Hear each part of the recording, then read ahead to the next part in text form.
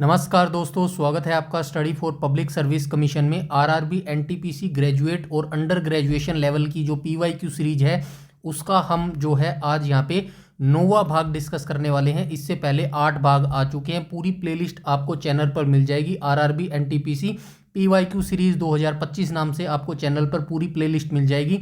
ये प्लेलिस्ट जो है हम टोटल 125 शिफ्ट इसके अंदर करवाएंगे और जीके जीएस का पोर्शन जो है हम यहाँ पे करवा रहे हैं। जीके जीएस के जो है टॉप 40 क्वेश्चन हम यहाँ पे करवा रहे हैं। जो आपका एग्जाम लिया गया था 2019 में जो है इसका नोटिफिकेशन निकाला गया था और 2021 में जो है ये एग्जाम कंडक्ट करवाया गया था। इसी प्रीवियस ईयर क्वेश्चन की जो शिफ्ट थी, टोटल 125 शिफ्टों के अंदर जो है ये एग्जाम कंडक्ट करवाया गया था। उन्हीं 125 शिफ्ट को हम यहाँ पे डिस्कस कर रहे हैं और ये आपके पॉइंट ऑफ एग्जाम के पॉइंट ऑफ व्यू से बेहद इंपॉर्टेंट रहने वाले हैं 125 शिफ्ट। अगर आप इन 125 शिफ्ट को लगा लेते हैं अपने एग्जाम से पहले तो डेफिनेटली आप 30 से 35 के बीच में जो है आपके मार्क्स यहाँ पे बन जाएंगे और ये एक काफ़ी अच्छा स्कोर होगा, क्योंकि हम यहाँ पे जो है स्टैटिक जीके प्लस करंट से रिलेटेड जो है हम यहाँ पे डिस्कस करने वाले हैं चीज़ों की। और ये जो वीडियो है, ये पीवाईक्यू सीरीज का जो वीडियो है डेली रोज रात को 9 बजे आ जाता है। तो रोज रात को माफ़ कीजिएगा 9 बजे मैंने बोल दिया, 8 बजे जो है ये वीडियो आ जाता है। तो डेली 40 से 45 मिनट का ये वीडियो रहता है। इस वीडियो को आप देखना बिल्कुल ना भूलिएगा, क्योंकि ये आपके एग्जाम के पॉइंट ऑफ व्यू से बेहद इंपॉर्टेंट रहने वाला है। पीडीएफ की बात रही तो पीडीएफ जो है बिल्कुल फ्री में आपको मिलने वाली है। पूरी 125 शिफ्ट की जो है पीडीएफ आपको मिलेगी। कहाँ मिलेगी? हमारे टेलीग्राम चैनल पर मिलेगी, जिसका लिंक आपको वीडियो के डिस्क्रिप्शन में मिल जाएगा। वहाँ से आप टेलीग्राम ज्वाइन करके जो है फ्री में इस पीडीएफ को प्राप्त करके खुद से भी अटेम्प्ट कर सकते हैं कि आपके कितने मार्क्स यहाँ पे बन रहे हैं। कोई भी आपकी क्वेरी है, सजेशन है तो प्लीज़ कमेंट सेक्शन में कमेंट करके बता सकते हैं। तो चलिए आज के वीडियो सेशन की हम शुरुआत कर लेते हैं। आज जो है हम यहाँ पे 9th पार्ट जो है डिस्कस करने वाले हैं। तो चलिए आज के वीडियो सेशन की हम शुरुआत कर लेते हैं।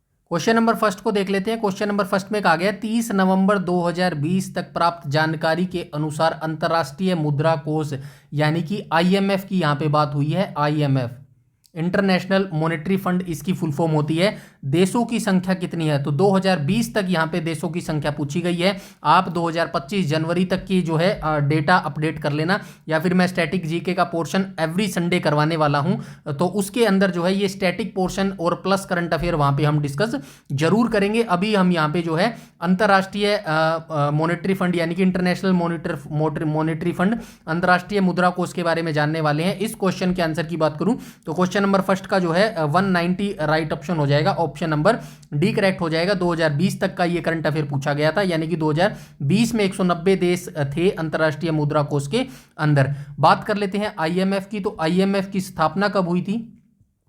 आईएमएफ की जो स्थापना थी ये 1945 में हुई थी।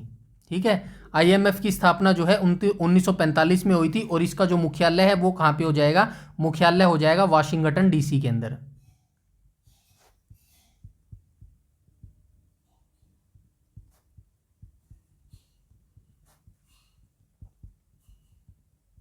ठीक है, वाशिंगटन डीसी के अंदर जो है इसका मुख्यालय हो जाएगा। चलते हैं नेक्स्ट क्वेश्चन पे। क्वेश्चन नंबर सेकंड में पूछा गया है एमपीईजी का पूर्ण रूप यहाँ पे पूछा गया है, यानी कि फुल फॉर्म पूछी गई है एमपीजी। और ये जो क्वेश्चन है ये कंप्यूटर से रिलेटेड है। आप सभी जानते होंगे, आप जो मूवीज वगैरह देखते हैं या फिर सॉन्ग वगैरह जो देखते हैं, आपने देखा होगा मूवीज या फिर वीडियो सॉन्ग जो है आप डाउनलोड करते हैं या फिर आप कंप्यूटर में डालते हैं तो वो एमपीईजी फॉर्म में ही होती है। एमपीईजी ही फॉर्म में होती है। वो वीडियोस जितनी भी होती है वो एमपीजी फॉर्म में होती है। यहाँ पे जो है एमपीईजी की फुल फॉर्म पूछी गई है तो राइट ऑप्शन हो जाएगा मूविंग पिक्चर एक्सपर्ट्स ग्रुप। तो ये इसका जो है राइट ऑप्शन हो जाएगा। मूविंग पिक्चर एक्सपर्ट्स ग्रुप जो है इसका राइट ऑप्शन हो जाएगा। चलते हैं नेक्स्ट क्वेश्चन पे। क्वेश्चन नंबर 3 में बोला गया भारत की पंचवर्षीय योजना का मुख्य केंद्र बिंदु क्या था? तो बात पंचवर्षीय योजना की हो रही है और प्रथम पंचवर्षीय योजना की हो रही है। तो ये जो है कृषि पर आधारित था, यानी कि भारत की प्रथम जो पंचवर्षीय कृषि योजना थी उसका जो है ध्यान देने के साथ प्राथमिक क्षेत्र का विकास था, यानी कि जो प्रथम पंचवर्षीय योजना लागू की गई थी इसमें जो मेन फोकस किया गया था वो कृषि पर ध्यान देने के साथ जो है प्राथमिक क्षेत्र पर जो है फोकस किया गया था। पंचवर्षीय योजना के बारे में मैं थोड़ा सा आपको बता देता हूं। पहली पंचवर्षीय योजना कब आई थी? पहली जो पंचवर्षीय योजना थी ये 1951 में आई थी, और जो आखिरी पंचवर्षीय योजना थी ये कब आई थी? तो ये आखिरी पंचवर्षीय योजना जो थी ये 1912 में आई थी। माफ कीजिएगा 1912 मैं गलत बता गया, 1912 नहीं 2012 के अंदर। तो ये 2012 से जो है 2017 के बीच में आई थी। कुल कितनी पंचवर्षीय योजना आ चुकी है? तो कुल पंचवर्षीय योजना जो है टोटल 12 पंचवर्षीय योजना आ गई है। तो पंचवर्षीय योजना को लागू करने का काम कौन करता था? जिसका काम था योजना आयोग। योजना आयोग का ये मुख्य काम था कि भाई वो पंचवर्षीय योजना को लागू करेगा। योजना आयोग की बात करूं तो 1950 में जो है योजना आयोग की स्थापना की गई थी, और जो है 2015 में इसको डिसॉल्व कर दिया गया था, और इसके नाम पे जो है नीति आयोग की स्थापना कर दी गई थी। ठीक है, नीति आयोग की स्थापना कर दी गई थी। और नीति आयोग की स्थापना कब हुई थी? 1 जनवरी 2015 के अंदर जो है नीति आयोग की स्थापना हुई थी। नीति आयोग के जो है अध्यक्ष कौन होते हैं? तो नीति आयोग के जो अध्यक्ष हैं वो प्रधानमंत्री होते हैं, यानी कि जो प्रथम अध्यक्ष थे वो कौन थे? नरेंद्र मोदी जी थे। ठीक है, नरेंद्र मोदी जी जो हैं इसके प्रथम अध्यक्ष थे। और प्रथम उपाध्यक्ष की बात करूं तो प्रथम उपाध्यक्ष कौन थे? अरविंद पनगड़िया जी थे।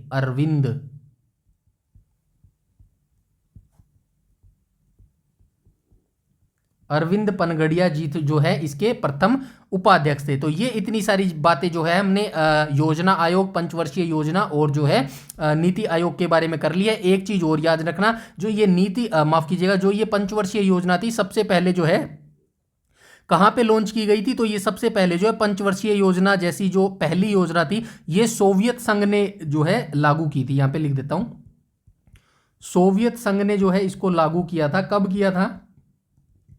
1928 में किया था। ठीक है, 1928 में किया था, जो जोसेफ स्टालिन द्वारा लागू की गई थी। जोसेफ स्टालिन इसके द्वारा जो है ये लागू की गई थी। तो इतनी जानकारी जो है आपको इन सभी चीजों के बारे में होनी चाहिए। चलते हैं नेक्स्ट क्वेश्चन पे, क्वेश्चन नंबर 4 पर। क्वेश्चन नंबर 4 में कहा गया ईरान की प्राचीन नाम क्या है? तो ईरान का जो प्राचीन नाम है वो क्या हो जाएगा? तो ईरान का प्राचीन नाम जो है फारस हो जाएगा। ठीक है, ईरान की राजधानी क्या हो जाएगी? तो ये हो जाएगी तेहरान। ईरान की राजधानी क्या हो जाएगी? तेहरान। और मुद्रा की बात करूं तो मुद्रा क्या हो जाएगी? तो ये जो इसकी मुद्रा है ये हो जाएगी रियाल। ठीक है, इतनी जानकारी आपको ईरान के बारे में होनी चाहिए। ईरान का प्राचीन नाम क्या था? फारस था। ईरान की राजधानी क्या हो जाएगी? तेहरान हो जाएगी। और मुद्रा क्या हो जाएगी? रियाल हो जाएगी।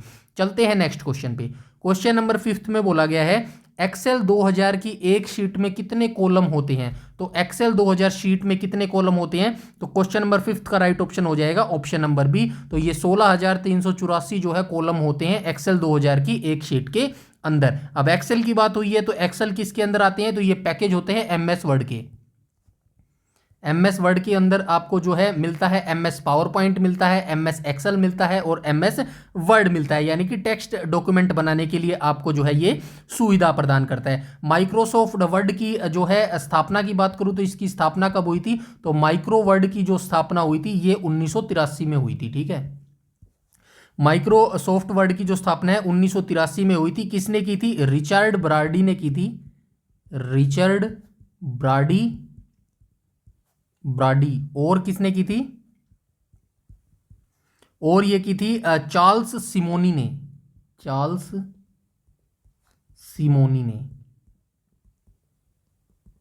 ठीक है, चलते हैं नेक्स्ट क्वेश्चन के ऊपर। क्वेश्चन नंबर 6 में बोला गया है, ईस्ट इंडिया कंपनी ने भारत के किस शहर में जो है अपना पहला व्यापारिक केंद्र खोला था? तो बात ईस्ट इंडिया कंपनी की आई है, तो ईस्ट इंडिया कंपनी की स्थापना कब हुई थी? इंडिया कंपनी की स्थापना कब हुई थी? तो ये हुई थी 1600 में जो है इसकी स्थापना हुई थी। किसने की थी? तो ये एलिजाबेथ प्रथम ने की थी।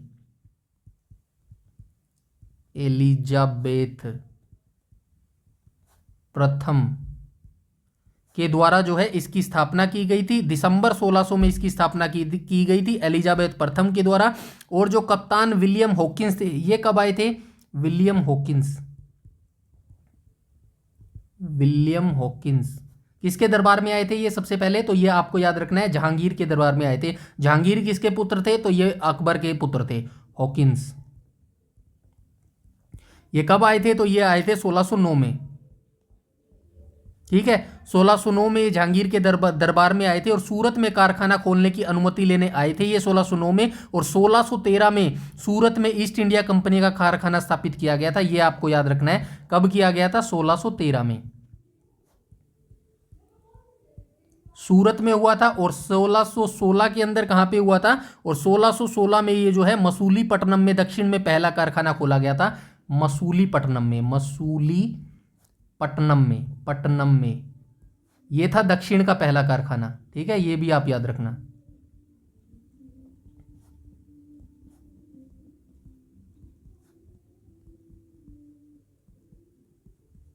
ठीक है, इतनी जानकारी आपको रखनी है। ईस्ट इंडिया कंपनी की स्थापना कब हुई थी? 1600 में हुई थी। किसने की थी? एलिजा प्रथम ने की थी। विलियम हॉकिंस कब आए थे? 1609 में आए थे। किसके दरबार में आए थे? तो जहांगीर के दरबार में आए थे। 1613 में पहला सूरत में कारखाना इनका खुला था। दूसरा कारखाना 1616 में खुला था मसूलीपट्टनम में, दक्षिण का ये पहला कारखाना था। तो इतनी जानकारी आपको इसके बारे में होनी चाहिए। बात अगर जहांगीर की आई है तो जहांगीर के पुत्र कौन थे?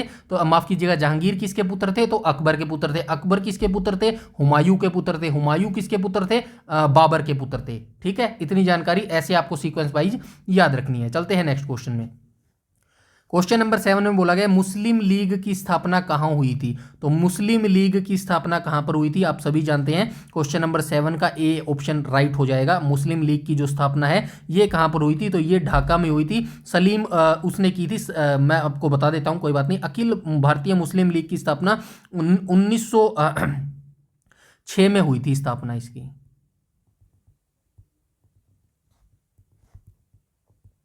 स्थापना 1906 में हुई थी। नवाब सलीमुल्लाह थे ढाका के। ये ढाका के नवाब थे सलीमुल्लाह।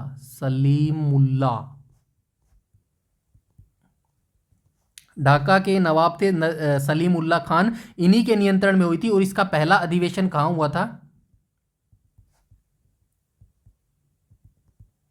पहला अधिवेशन जो था इसका कहां पे हुआ था? इसका पहला अधिवेशन 1900 कराची में हुआ था इसका पहला अधिवेशन। ठीक है,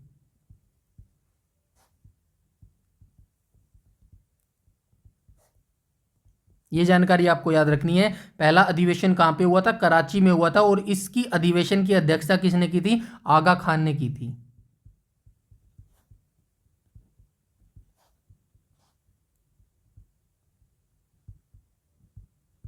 ठीक है, अध्यक्षता किसने की थी? आगा खान के द्वारा जो है इसकी अध्यक्षता की गई थी। और मोहम्मद अली जिन्ना ने 1913 में इस लीग में शामिल हुए थे। ये भी आपको याद रखना है। मोहम्मद अली जो जिन्ना थे वो जो मुस्लिम लीग थी उसमें 1913 में शामिल हुए थे। ठीक है, 1913 में ये शामिल हुए थे। चलते हैं नेक्स्ट क्वेश्चन पे।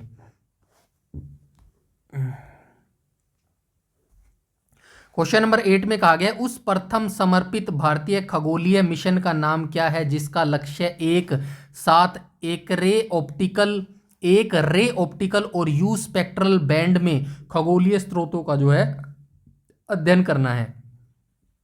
तो ऐसे भारतीय खगोलीय मिशन का नाम क्या है जिसका लक्ष्य है रे ऑप्टिकल और यू स्पेक्ट्रल बैंड में खगोलीय स्रोतों का जो है अध्ययन करना है? क्वेश्चन नंबर 8 का जो है ये राइट ऑप्शन हो जाएगा, ऑप्शन नंबर ए। तो एस्ट्रोसेट जो है ये खगोलीय मिशन का नाम है।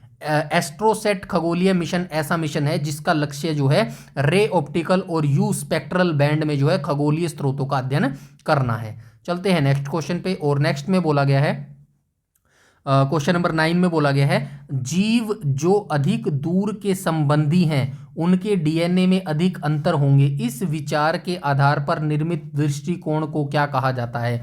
जीव जो होते हैं, जीव जंतु जो होते हैं, जो अधिक दूर के संबंधी होते हैं उनके डीएनए में अधिक अंतर होगा, यानी कि उनके जो डीएनए में है वो डिफरेंस ज़्यादा होगा। इस विचार के आधार पर दृष्टिकोण को क्या कहा जाता है? तो इस जो आधार पर दृष्टिकोण होता है उसको क्या कहा जाता है? तो उसको जो है आणविक जातिवृत्त बोला जाता है, यानी कि मॉलिक्यूलर फाइलोजेनी जो है इसको बोला जाता है। ठीक है, नेक्स्ट क्वेश्चन पे चलते हैं। क्वेश्चन नंबर 10 में बोला गया है मिजो नेशनल फ्रंट के संस्थापक कौन थे? तो मिजो नेशनल फ्रंट के जो संस्थापक थे ये कौन थे? तो ये हो जाएगा लाल डेंग जो है इसका राइट ऑप्शन हो जाएगा, यानी कि मिजो नेशनल फ्रंट के जो संस्थापक थे वो लाल डेंग हो जाएगा। मिजो नेशनल फ्रंट से उभरा है। एक सेकंड, क्वेश्चन नंबर 10 का जो है राइट ऑप्शन हो जाएगा ऑप्शन नंबर सी, लाल डेंग के जो है ये मिजो नेशनल फ्रंट जो है इसके संस्थापक कौन थे? लाल डेंग थे। ठीक है, और ये जो मिजो नेशनल है ये फेमिन फ्रंट से उभरा है। ठीक है, इसका गठन किसने किया था? यानी कि मिजो नेशनल का जो गठन है आपने देख लिया लाल डेंगा ने किया था। कब किया था ये भी आप याद रखना, सन इसका जो है याद रखना 1959 में किया था। कहाँ पर किया था? असम में किया था। ठीक है, ये चीज़ भी आपको याद रखनी है। असम में जो है मिजो क्षेत्रों में अकाल की स्थिति के प्रति भारत सरकार की निष्क्रियता के विरोध में ये किया गया था, यानी कि जो मिजो नेशनल माफ़ कीजिएगा, मिजो ये जो नेशनल है, मिजो नेशनल फ्रंट है, ये इसकी स्थापना लाल डेंग के द्वारा की गई थी, 1959 में की गई थी, असम के अंदर की गई थी। अब आप ये याद रखिएगा ये जो मिजो नेशनल फ्रंट है इसकी स्थापना क्यों की गई थी? तो इसकी स्थापना जो है 1959 में असम राज्य के जो मिजो क्षेत्रों में अकाल की स्थिति उत्पन्न हो गई थी, उस समय भारत सरकार की निष्क्रियता के विरोध में, मतलब भारत सरकार जो है कुछ अच्छा काम नहीं कर पाई थी उस समय में, तो इसके विरोध में जो है ये लाल डेंग के द्वारा 1959 में असम राज्य में ये मिजो नेशनल फ्रंट की स्थापना की गई थी। ठीक है, नेक्स्ट क्वेश्चन की बात करें, क्वेश्चन नंबर 11 की, निम्न में से कौन सा देश एक से अधिक टाइम जोन का पालन करता है? तो एक से अधिक टाइम जोन का पालन जो है अमेरिका देश करता है। अमेरिका जो देश है वो एक से अधिक टाइम जोनों का जो है पालन करता है। भारत कितने टाइम जोन का पालन करता है? तो भारत सिर्फ एक टाइम जोन का जो है इस्तेमाल करता है।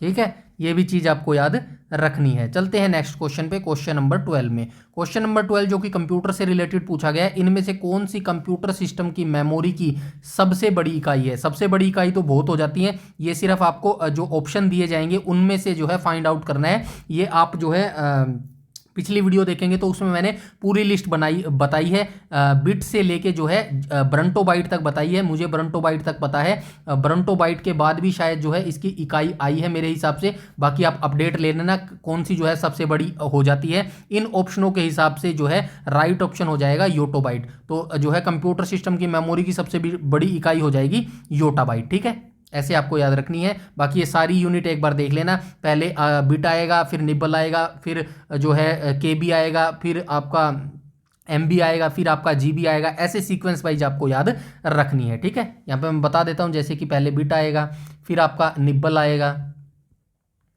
फिर आपका केबी आएगा, फिर आपका एमबी आएगा, फिर आपका जीबी आएगा। ऐसे जो है सीक्वेंस वाइज आपको याद रखनी है। चलते हैं नेक्स्ट क्वेश्चन पे। क्वेश्चन नंबर 13 में बोला गया है भारत द्वारा प्रक्षेपित विश्व के सबसे छोटे अंतरिक्ष यान का नाम क्या है? तो भारत द्वारा प्रक्षेपित विश्व का सबसे छोटा अंतरिक्ष यान, सबसे पहले आपको याद रखना है विश्व का जो सबसे छोटा अंतरिक्ष यान किसने प्रक्षेपित किया था? तो ये भारत के द्वारा जो है प्रक्षेपित किया गया था। अब इसका जो है नाम पूछा गया है हमसे, नाम क्या हो जाएगा? स्प्राइट्स जो है इसका नाम हो जाएगा।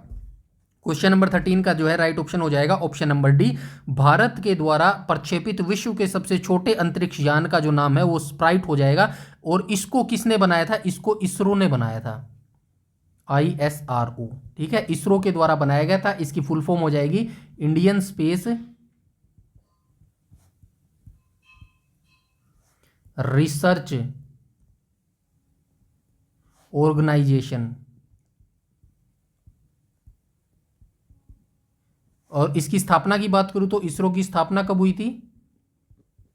इसरो की स्थापना हुई थी 15 अगस्त, 15 अगस्त, माफ़ कीजिएगा, 15 अगस्त 1969 को जो है इसकी स्थापना हुई थी। ये चीज़ भी जो है आप याद रखेंगे इसके बारे में, ठीक है। 15 अगस्त 1969 की स्थापना हुई थी। और जो इसरो के प्रथम अध्यक्ष थे वो कौन थे? प्रथम अध्यक्ष भी आप लिख लेना यहाँ पे,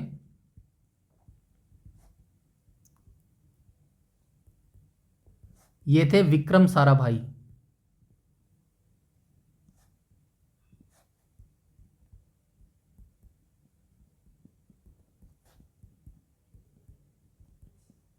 ठीक है, ये चीज़ भी जो है आप याद रखेंगे। चलते हैं नेक्स्ट क्वेश्चन पे। और नेक्स्ट क्वेश्चन में पूछा गया है अजंता की गुफाओं की चित्रकला क्या दर्शाती है। सबसे पहले आपको याद रखना है अजंता की जो गुफाएं हैं ये कहाँ पर अवस्थित हैं, तो ये महाराष्ट्र के औरंगाबाद जिले में अवस्थित है।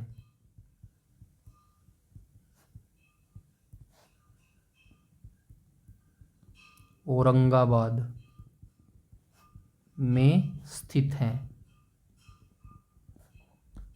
ठीक है। अब बात कर लेते हैं अजंता की गुफाओं की चित्रकारी क्या दर्शाती है। तो अजंताओं की गुफाओं की जो चित्रकारी है ये क्या दर्शाती है? ये जातक कथाएं जो हैं ये दर्शाती है। अब मैं जो बोलने जा रहा हूं उसको ध्यान से सुनिएगा। अजंता की गुफाएं कहाँ पर अवस्थित है? मैंने लिख दिया है महाराष्ट्र के औरंगाबाद जिले में अवस्थित है। और अजंता की गुफाओं को यूनेस्को की लिस्ट में कब जो है लिस्ट में सूची में शामिल किया गया था?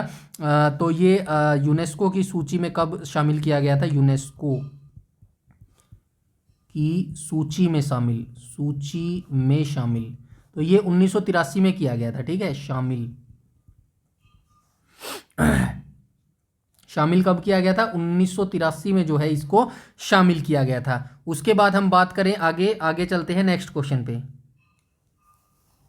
ठीक है। इतनी जानकारी आपको इसके बारे में होनी चाहिए। क्वेश्चन नंबर 15 की बात करें तो क्वेश्चन नंबर 15 में क्या कहा गया है? भारतीय स्टेट बैंक की स्थापना किस वर्ष में हुई थी? तो 1955 याद मत रखना, 1955 में सिर्फ इसका नाम चेंज किया गया था, बहुतों को पता है 1955, ठीक है। आज इसका इतिहास मैं आपको बताने वाला हूं, तो ये चीज़ आप याद रखना, ठीक है। तो भारतीय स्टेट बैंक की जो स्थापना है कब हुई थी? तो ये हुई थी 1806 के अंदर। राइट ऑप्शन हो जाएगा 1806। भारतीय स्टेट बैंक की स्थापना कब हुई थी? मैं यहां पे लिख भी देता हूं, एसबीआई की स्थापना। अभी सारी चीजें मैं बताने वाला हूं, थोड़ा सा वेट कीजिएगा। स्थापना कब हुई थी? 1806 के अंदर जो है इसकी स्थापना हुई थी। अब मैं जो बोलूंगा उसको ध्यान से सुनते जाना। 1806 में जब स्थापना हुई थी इसकी, तब एसबीआई नहीं था, तब इसकी स्थापना का नाम क्या था? तो ये बैंक ऑफ कलकत्ता का नाम था इसका, बैंक ऑफ कलकत्ता।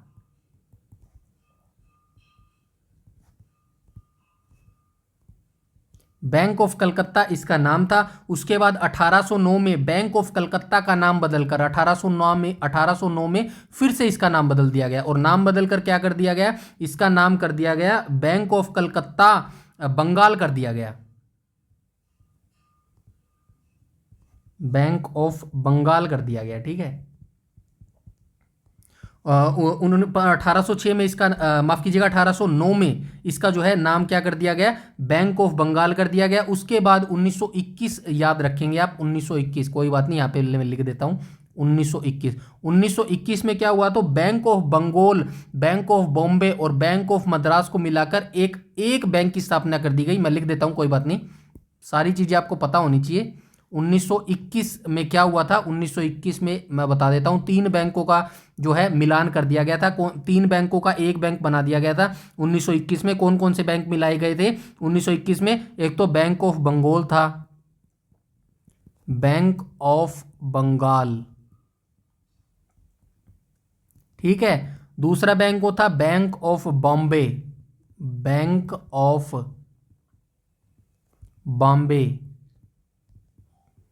तीसरा बैंक कौन था? Bank of Madras, bank of Madras.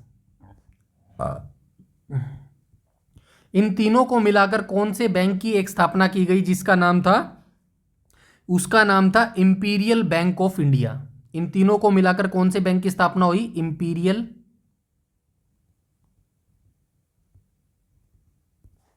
Imperial bank of India.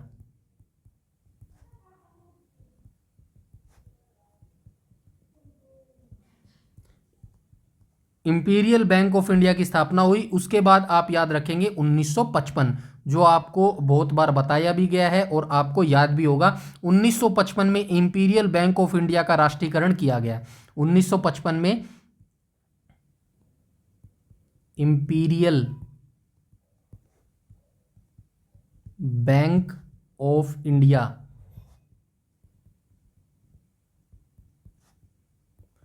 का राष्ट्रीयकरण किया गया, यानी कि सरकारी किया गया, ये राष्ट्रीयकरण किया गया। ठीक है, 1955 में इसका जो है राष्ट्रीयकरण कर दिया गया और इसका नाम बदल दिया गया। तब इसका बैंक का नाम रखा गया भारतीय स्टेट बैंक ऑफ इंडिया। भारतीय स्टेट बैंक,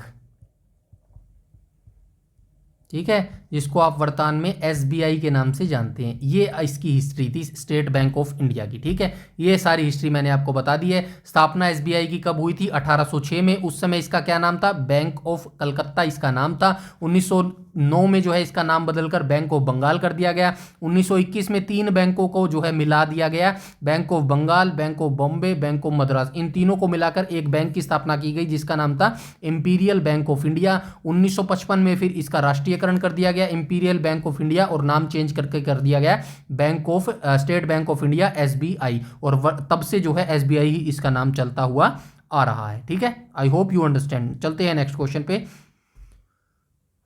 क्वेश्चन नंबर 16 में बोला गया जून 2018 में एक गुफा में 12 लड़के फंस गए थे। उन्हें बचाने के लिए एक बड़ा अभियान चलाया गया था।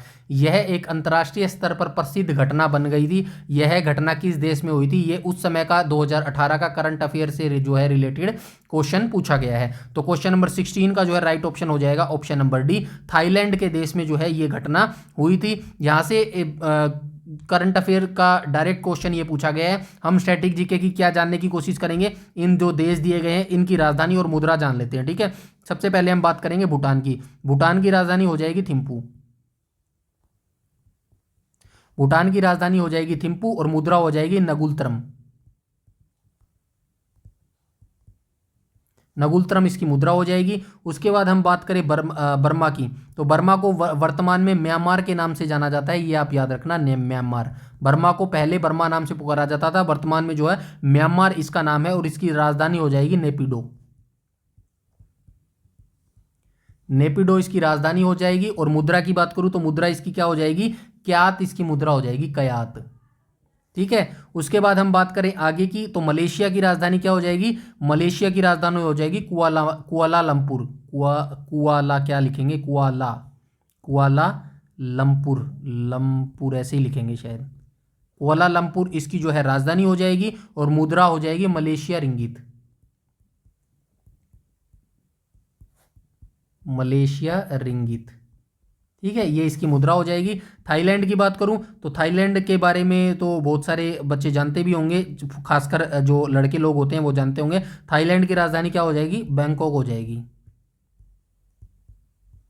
थाईलैंड की राजधानी बैंकॉक हो जाएगी और इसकी मुद्रा हो जाएगी थाई बात।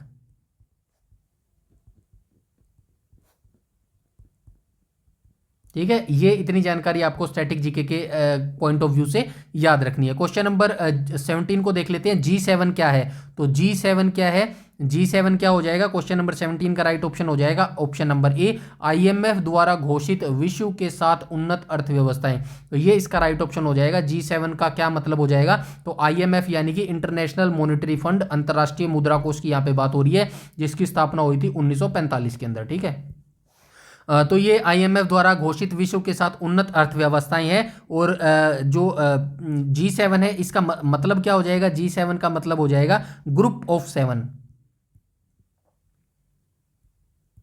ग्रुप ऑफ 7, ठीक है, ग्रुप ऑफ 7 जो है इसका अर्थ हो जाएगा। और इसकी जो स्थापना है वो कब हुई थी? स्थापना हुई थी 1975 में। स्थापना हुई थी 1975 में। याद कैसे रखेंगे? 1975 में शोले मूवी आई थी भाई।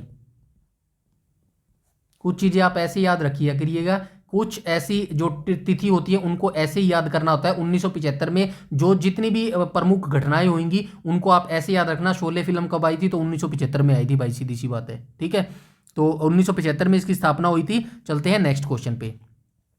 क्वेश्चन नंबर 18 में कहा गया एक सींग वाला गैंडा भारत में कहाँ पर पाया जाता है? असम राज्य में पाया जाता है। असम ढूंढो, असम असम, ये रहा ऑप्शन नंबर डी करेक्ट हो जाएगा। क्वेश्चन नंबर 18 का एक सींग वाला जो गैंडा है भारत के असम राज्य में पाया जाता है, और असम राज्य के कहाँ पर पाया जाता है? काजीरंगा राष्ट्रीय उद्यान में।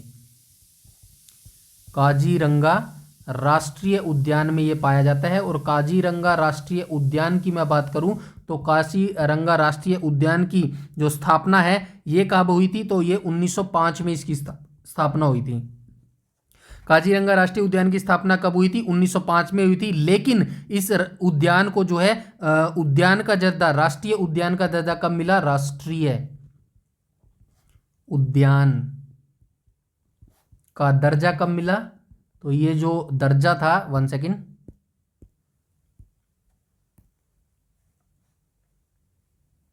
दर्जा,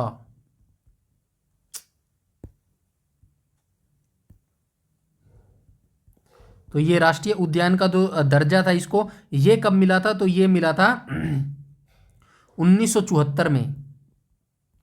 1905 में काजीरंगा की स्थापना हुई थी। राष्ट्रीय उद्यान का दर्जा कब मिला? 1974 में मिला। एक चीज आपको याद रखनी है, और राष्ट्रीय उद्यान घोषित किया गया था 1974 में। टाइगर रिजर्व कब घोषित किया गया था? टाइगर रिजर्व कब घोषित किया गया था? तो 2007 में जो है इसको टाइगर रिजर्व भी घोषित किया गया था। और इसको यूनेस्को की विश्व धरोहर सूची में कब डाला गया था? तो 1985 में।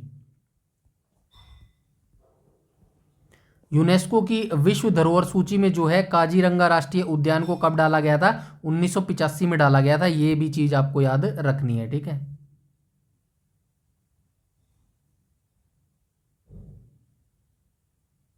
हाईलाइट कर दिया मैंने, इसको याद रखना भाई, ठीक है। चलते हैं नेक्स्ट क्वेश्चन पे। क्वेश्चन नंबर 19 में बोला गया है पहली कपास मिल सफलतापूर्वक स्थापना किस भारतीय शहर में की गई थी? तो भारत के किस शहर में जो है सफलतापूर्वक पहली कपास मिल को जो है स्थापित किया गया था? तो ये किया गया था भाई मुंबई के अंदर जो है ये स्थापित किया गया था। मुंबई के अंदर कब किया गया था? तो ये किया गया था 1854 में, ठीक है। तो ये Bombay spinning and weaving company के द्वारा बॉम्बे में जुलाई 1854 को ताड़देव में काउस जी नाना भाई के द्वारा जो है उनके सहयोगियों के द्वारा पहली कपास मिल की जो है स्थापना की गई थी 1854 में बम्बई के अंदर, ठीक है। चलते हैं नेक्स्ट क्वेश्चन पे। क्वेश्चन नंबर 20 के ऊपर। क्वेश्चन नंबर 20 में बोला गया राज्यसभा सदस्यों का चुनाव डैश की अवधि के लिए किया जाता है? ये 6 वर्ष हो जाएगा। क्वेश्चन नंबर 20 का राइट ऑप्शन हो जाएगा ऑप्शन नंबर बी। राज्यसभा में सदस्य 6 साल के लिए चुने जाते हैं, जिसमें हर 2 साल के बाद जो है हर 1/3 सदस्य जो है सेवानिवृत्त हो जाती हैं, ठीक है। हर 2 साल के बाद 1/3 सदस्य जो है सेवानिवृत्त हो जाते हैं। सदस्य अनुच्छेदों की मैं बात करूं तो पहले भी मैं बता चुका हूं, संसद का गठन किसमें है? राज्यसभा का किसमें है? लोकसभा का किसमें है? पिछली वीडियोस आप देखेंगे ना तो आपको सीक्वेंस वाइज सारी चीजें मिलेंगी। मैंने सारी चीजें करवाई है, इसीलिए मैं हर वीडियो से पहले बोलता हूं कि अगर आपने पहले वाले पार्ट्स नहीं देखे हैं तो वो देखिएगा, डेफिनेटली आपको सारी चीजें बहुत ईजी लगने लगेंगी। संसद का गठन किसमें है? अनुच्छेद 79 में है। राज्यसभा का किसमें है? अनुच्छेद 80 में है। लोकसभा का किसमें है? अनुच्छेद 81 में है, ठीक है। चलते हैं नेक्स्ट क्वेश्चन पे। क्वेश्चन नंबर 21 में बोला गया वंशागति नियम की खोज किसने की थी? तो वंशागति नियम की जो खोज है ये ग्रेगर मेंडल के द्वारा की गई थी। वंशागति नियम की खोज किसने की थी? ग्रेगर मेंडल ने की थी। क्वेश्चन नंबर 22 में बोला गया है सर्वाइवल ऑफ द फिटेस्ट वाक्यांश किसने गढ़ा था? सर्वाइवल ऑफ द फिटेस्ट का जो शब्द है ये किसके द्वारा गढ़ा गया था? क्वेश्चन नंबर 22 का राइट ऑप्शन हो जाएगा option number C, Herbert Spencer के द्वारा जो है सर्वाइवल ऑफ द फिटेस्ट का जो शब्द है ये गढ़ा गया था। सर्वाइवल ऑफ द फिटेस्ट शब्द किसने गढ़ा था? हर्बर्ट स्पेंसर के द्वारा जो है ये शब्द गढ़ा गया था। चलते हैं क्वेश्चन नंबर 23 पर। क्वेश्चन नंबर 23 में बोला गया भारत का अधिकांश विदेशी व्यापार कैसे होता है? तो भारत का जो अधिकांश विदेशी व्यापार है यानी कि भारत से जो चीज़ें और देशों में जाती हैं या फिर और देशों से भारत में जो चीज़ें आती हैं, तो ये जो व्यापार है ये किस माध्यम से होता है? तो राइट ऑप्शन हो जाएगा option number B, option number D, समुद्री और हवाई मार्गों के माध्यम से ये जो व्यापार है वो होता है। क्वेश्चन नंबर 24 की बात करें तो स्टैच्यू ऑफ यूनिटी की बात हो रही है। सबसे पहले आप स्टैच्यू ऑफ यूनिटी की बात करें तो सबसे पहले ये जो मूर्ति है, ये मूर्ति किसकी बनाई हुई है, यानी कि ये मूर्ति किसकी है। तो सबसे पहले आपको ये चीज़ याद रखनी है, किसकी है ये मूर्ति, कोई बता सकता है मेरे को? चलिए आप ये कमेंट सेक्शन में मुझे बताइएगा कि ये मूर्ति किसकी है। ठीक है, चलो मैं बता देता हूँ, कोई बात नहीं, वल्लभ भाई पटेल की है ये मूर्ति। ठीक है,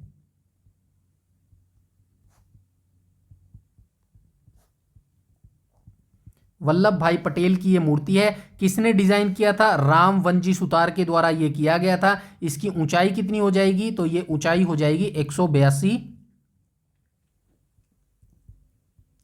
182 मीटर हो जाएगी। विश्व की सबसे ऊंची ये प्रतिमा है। कहां पर है? गुजरात में है। कौन से राज्य में है?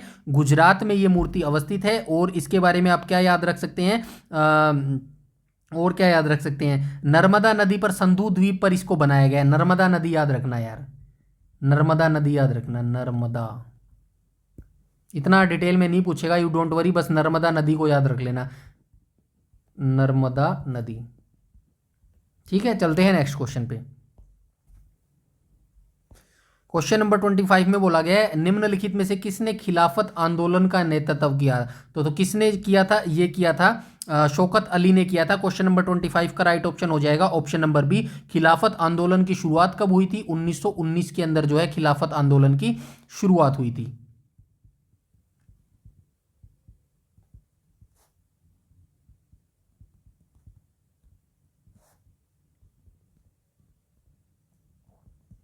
तो खिलाफत आंदोलन की शुरुआत कब हुई थी? 1919 में इसकी शुरुआत हुई थी। इसकी स्थापना किसने की थी? मोहम्मद अली और शौकत अली ने इसकी स्थापना की थी। यहां पे मैं लिख देता हूं, मोहम्मद अली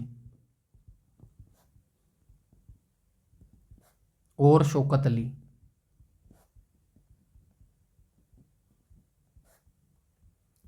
इन्होंने जो है इसकी स्थापना की थी। और इसकी स्थापना क्यों की गई थी? तो इस जो खिलाफत आंदोलन की स्थापना का मकसद क्या था? तो तुर्की था उसमें खलीफा की पदवी को फिर से बहाल करना और वहाँ के धार्मिक क्षेत्र पर लगे प्रतिबंधों को हटाने के लिए ही भारत में खिलाफत आंदोलन की स्थापना या फिर शुरुआत की गई थी 1919 के अंदर। ठीक है, चलते हैं नेक्स्ट क्वेश्चन पे। क्वेश्चन नंबर 26 में कहा गया है, कांग्रेस पार्टी ने 26 जनवरी 1930 को किस के तौर पर मनाया था? तो कांग्रेस पार्टी ने 26 जनवरी 1930 को किस के तौर पर मनवाया था? गणतंत्र दिवस, स्वतंत्रता दिवस, भारत दिवस या फिर मौन विरोधी दिवस? राइट ऑप्शन हो जाएगा ऑप्शन नंबर बी। तो स्वतंत्रता दिवस के रूप में जो है 26 जनवरी 1930 को बनाया गया था। ठीक है, वैसे उन्होंने पहले ये लगा था कि भाई हम जो है 26 जनवरी को ही जो है स्वतंत्रता दिवस मनाएंगे, लेकिन जो है हमारा देश जो है वो 15 अगस्त को ही आज़ाद हो गया था। इसीलिए फिर इन्होंने सोचा यार 26 जनवरी को भी हमें कुछ मनाना चाहिए, तो इनको जो है गणतंत्र दिवस के रूप में 26 जनवरी को मनाया जाने लगा, क्योंकि इस दिन जो है हमारा संविधान अंगीकृत मतलब जो है लागू हुआ था। 26 जनवरी 1950 को जो है हमारा संविधान लागू हो गया था। चलते हैं नेक्स्ट क्वेश्चन पे, क्वेश्चन नंबर 27 पर। क्वेश्चन नंबर 27 में कहा गया संयोजी इलेक्ट्रॉन डैश मौजूद होते हैं। तो संयोजी इलेक्ट्रॉन जो है क्या मौजूद होते हैं? तो ये परमाणु की सबसे बाह्यतम कक्षा में जो है मौजूद होते हैं संयोजी इलेक्ट्रॉन। संयोजी इलेक्ट्रॉन कहाँ पर मौजूद होते हैं? परमाणु की सबसे बाह्यतम जो कक्ष होता है उसके अंदर संयोजी इलेक्ट्रॉन मौजूद होते हैं। नेक्स्ट क्वेश्चन की बात करें, क्वेश्चन नंबर 28 की, तो 28 में कहा गया विश्व बांस दिवस साल कब मनाया जाता है? विश्व बांस दिवस हर साल कब मनाया जाता है? यानी कि बैम्बू डे यहाँ पे पूछा गया है। बैम्बू डे जो है हर साल कब मनाया जाता है? तो ये कब मनाया जाता है? क्वेश्चन नंबर 28 का राइट ऑप्शन हो जाएगा ऑप्शन नंबर सी, 18 सितंबर को जो है ये मनाया जाता है बैम्बू डे। चलते हैं नेक्स्ट क्वेश्चन पे। क्वेश्चन नंबर 29 में बोला गया है भारत का पूर्वी तट एक डैश है। तो भारत का जो एक पूर्वी तट है ये क्या है? तो ये निम्न अवसादी तट हो जाएगा। भारत का पूर्वी तट जो है पूर्वी घाट और बंगाल की खाड़ी के बीच फैली है। यह पश्चिम बंगाल से कन्याकुमारी तक फैला है। ये आपको याद रखना है पूर्वी तट के बारे में। ठीक है, उसके बाद पश्चिमी तट के बारे में आप क्या याद रख सकते हैं? भारत का जो पश्चिमी तट है ये कहाँ तक फैला है? उत्तर में खंबात की खाड़ी से दक्षिण में कन्याकुमारी तक यह फैला हुआ है और यह अरब सागर से भी घिरा हुआ है। पश्चिमी तट पर पश्चिमी घाट का नाम की प्रवचन निकला है और यह 3 भागों में बटा है, कोंकण तट, कर्नाटक तट और केरल तट। ठीक है, ये आपको याद रखना है। पश्चिमी जो तट है ये 3 भागों में बटा हुआ है, कोंकण तट, कर्नाटक तट कोंकण तट, कर्नाटक तट, और तीसरा कौन सा हो जाएगा? केरल तट। ये पश्चिमी तट है भाई, पश्चिमी तट 3 भागों में बटा है।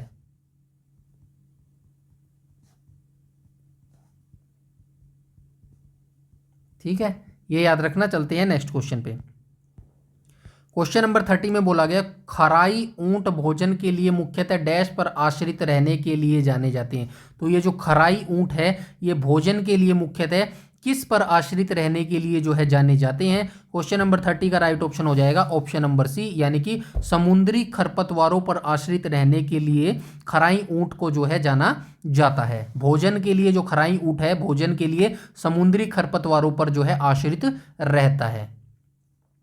क्वेश्चन नंबर 31 की बात करूं तो उज्बेकिस्तान का कौन सा यात्री 11वीं शताब्दी में भारत आया था? तो कौन सा यात्री आया था? तो ये अलबरूनी आया था भाई। ठीक है, क्वेश्चन नंबर 31 का राइट ऑप्शन हो जाएगा ऑप्शन नंबर बी। अलबरूनी किसके साथ भारत आया था? तो महमूद गजनवी के साथ भारत आया था। महमूद गजनवी के साथ, गजनवी के साथ भारत आया।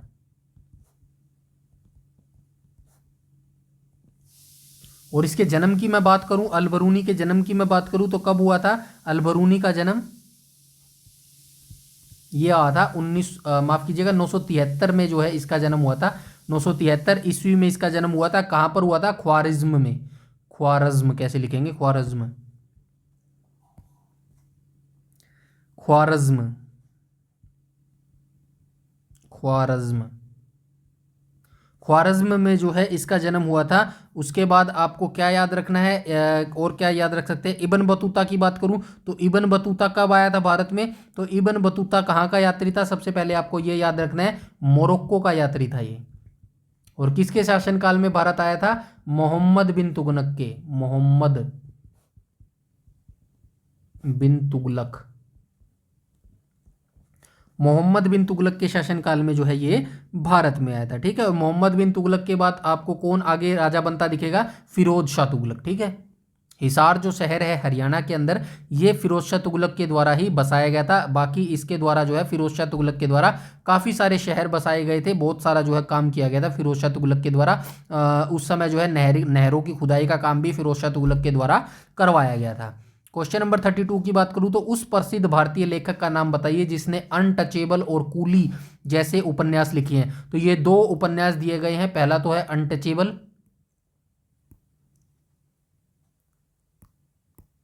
पहला तो है अनटचेबल और दूसरा है कूली। ये उपन्यास जो है किसके द्वारा लिखे गए हैं? क्वेश्चन नंबर 32 का राइट ऑप्शन हो जाएगा ऑप्शन नंबर बी, यानी कि मुल्क राज आनंद के द्वारा जो है अनटचेबल और कूली उपन्यास को लिखा गया है। क्वेश्चन नंबर 33 की बात करूं तो भारत में केंद्रीय औद्योगिक सुरक्षा बल की स्थापना किस वर्ष की गई थी? इंग्लिश में बता देता हूं, बहुत सारे बच्चे नहीं समझ पाएंगे। CRPF।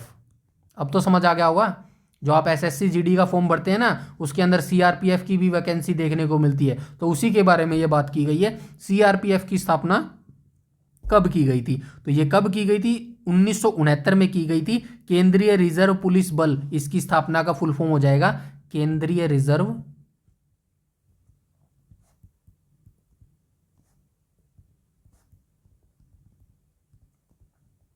पुलिस बल। ठीक है, ये इसकी फुल फॉर्म हो जाएगी CRPF की, केंद्रीय रिजर्व पुलिस फोर्स। इसकी स्थापना कब हुई थी? जुलाई 1900, माफ कीजिएगा मैंने क्या लिख दिया, 1969 लिख दिया क्या? हाँ ठीक है, कोई दिक्कत नहीं है, एक सेकंड। ये 1939 आएगा भाई, यहाँ पे मिस्टेक है। ये 1939 करना है, यहाँ पे 69 लिख रखा है ना, ये 39 कर लेना यहाँ पे। ठीक है, 1939 में जो है CRPF की स्थापना हुई थी। केंद्रीय रिजर्व पुलिस बल CRPF की स्थापना जुलाई 1939 में हुई थी। ठीक है, जुलाई 1939, ये ऑप्शन में मिस्टेक है, कोई बात नहीं। जुलाई 1939 में जो है इसकी स्थापना हो गई थी। और ये जो है 1949 को संसद की एक अधिनियम के बाद इसका नाम बदलकर केंद्रीय रिजर्व पुलिस बल कर दिया गया था। और CRPF का मुख्यालय कहाँ पर है? नई दिल्ली में जो है इसका मुख्यालय हो जाएगा। ठीक है, चलते हैं नेक्स्ट क्वेश्चन पे। क्वेश्चन नंबर 34 में कहा गया है निम्नलिखित में से कौन सा एक गैरिसन सैन्य छावनी शहर है? तो निम्नलिखित में से कौन सा एक गैरिसन जो सैन्य छावनी है वो शहर हो जाएगा? क्वेश्चन नंबर 34 का राइट ऑप्शन हो जाएगा ऑप्शन नंबर बी। तो जालंधर जो शहर है ये एक सैन्य छावनी शहर है। 35 की मैं बात करूं तो 35 में कहा गया इनमें से किस विकल्प के शहर स्वर्णिम चतुर्भुज में शामिल है?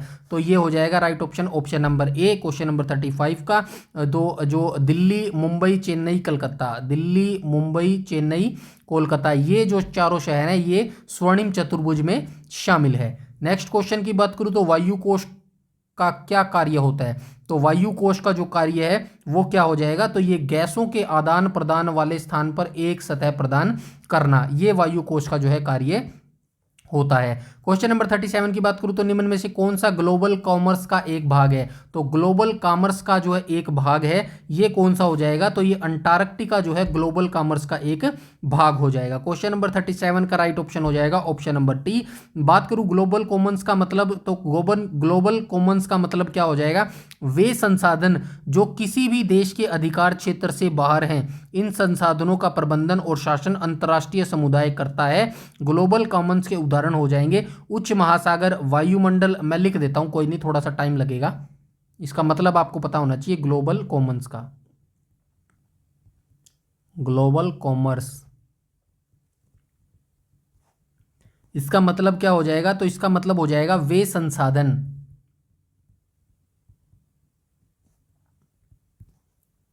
जो किसी देश के अधिकार क्षेत्र से बाहर हैं, मतलब इस जो अंटार्कटिका के अंदर जितने भी रिसोर्सेज हैं उन पर किसी भी देश का आधिपत्य नहीं है, चाहे वो अमेरिका है, लंदन है, उस पर किसी का आधिपत्य नहीं है। कहने का मतलब ये अधिकार क्षेत्र से बाहर है, ठीक है, बाहर है। संसाधनों का प्रबंधन और जो शासन है वो अंतर्राष्ट्रीय समुदाय करता है। इसके ग्लोबल कॉमर्स के उदाहरण मैं बता देता हूं क्या क्या आएगा इसके अंदर। उदाहरण के लिए मैं बात करूं तो इसके अंदर आएगा उच्च महासागर,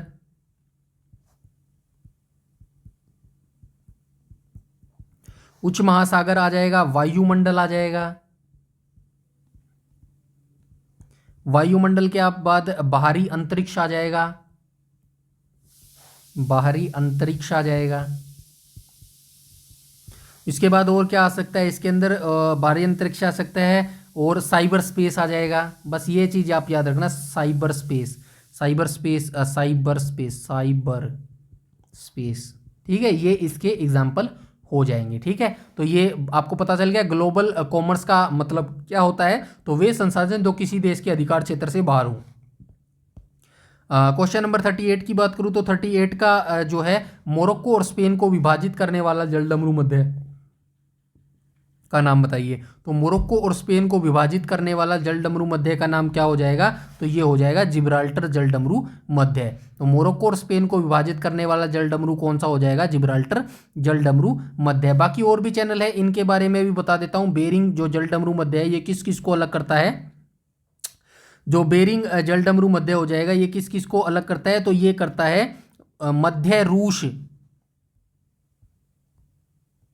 मध्य रूस, ये किसके अंदर आएगा? एशिया के अंदर। और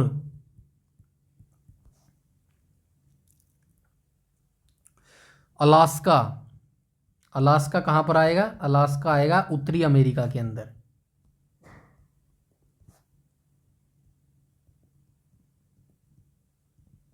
इन दोनों को ये अलग होने का काम करता है बेरिंग जलडमरू मध्य।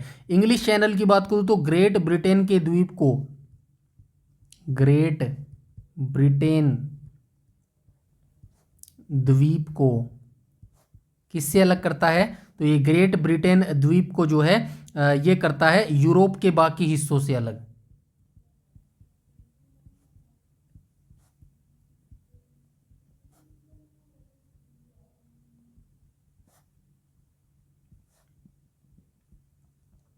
ठीक है, उसके बाद हडसन जलडमरू मध्य क्या करता है? तो ये बाफिन द्वीप को, बाफिन द्वीप को किससे अलग करता है? तो बाफिन द्वीप को ये जो अलग है ये करता है क्यूबेक से अलग करता है, क्यूबेक, क्यूबेक इनको अलग करता है। तो इतनी जानकारी आपको होनी चाहिए इन जलडमरू मध्य के बारे में। और जो पाक जलडमरू मध्य है ये किसको अलग करता है? पाक जलडमरू मध्य, तो ये किसको अलग करता है? ये करता है भारत और श्रीलंका को अलग, भारत और श्रीलंका। ठीक है। उसके बाद क्वेश्चन नंबर 39 की बात करूं तो 2016 में भारत में कहां पर दुर्लभ डायनासोर इक्थ्योसोर का सर्वाधिक पूर्ण जीवाश्म जो है पाया गया है? क्वेश्चन नंबर 39 का राइट ऑप्शन हो जाएगा ऑप्शन नंबर डी। तो 2016 में गुजरात में दुर्लभ डायनासोर इक्थ्योसोर का जो है पूर्ण जीवाश्म जो है वो पाया गया है। लास्ट की क्वेश्चन की बात करूं आज के, तो ब्रिटिश ईस्ट इंडिया का गठन किस वर्ष किया गया था?